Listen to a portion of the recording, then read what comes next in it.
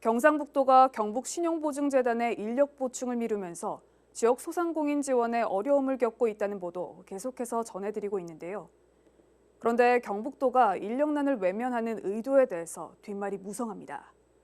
지난해 경북도 감사 결과에 반발해 행정소송을 제기한 경북신보 이사장에게 보복을 하고 있다는 건데요.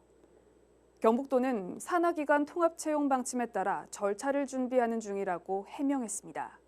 신성철 기자가 취재했습니다.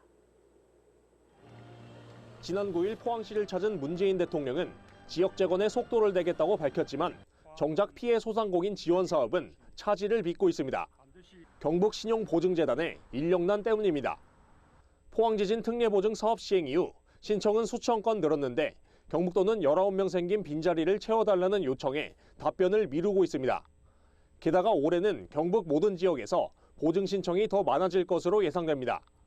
경북도가 14일 소상공인의 경영 안정화를 위한 3,200억 원 규모의 특별자금 지원을 발표한 데다 구미와 김천 등 각 시군도 출연액을 늘리고 있기 때문입니다. 이에 따라 경북 소상공인들이 업무 지연으로 입는 피해가 더욱 커질 것이란 우려가 나옵니다. 소상공인들의 그 자금은 타이트하게 운영이 되고 있습니다. 그렇기 때문에 제때에 그 수요를 받지 못하면은 소상공인들의 경영에 있어서 그 어려움이 닥치는 것은 불을 보듯 뻔한 사실이죠. 경북도는 충원이 늦어지는 이유를 지난해 감사에서 지적사항이 많았기 때문이라고 밝혔지만 경북신보는 다른 이유가 있다고 주장합니다. 경북도가 보복성 행정을 한다는 겁니다.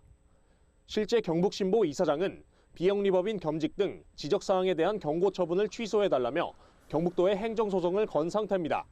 소 제기 당시엔 경북도가 전임도지사 측근인 이사장의 사퇴를 종용하려는 의도가 포함됐다는 의혹이 제기되기도 했습니다. 이를 근거로 복수의 경북신보 관계자들은 경북도가 이사장에게 이른바 괘씸죄를 물어 인력 충원을 외면하는 것으로 보고 있습니다. 이에 대해 경북도는 단순 법정 다툼 때문만은 아니라는 입장입니다. 경북신보뿐만 아니라 모든 산하기관 채용을 올 상반기에 통합해서 진행하기로 했다는 겁니다. 그러면서 신속한 채용을 위해 노력하고 있지만 채용 적절성을 분석하는데도 시간이 더 필요하다고 덧붙였습니다. 한편 경북도의회 기획경제위원회는 오는 2월 회의에서 경북도와 경북신보 간 갈등 해결 방안을 논의할 예정인 것으로 알려졌습니다. HCN 뉴스 신성철입니다.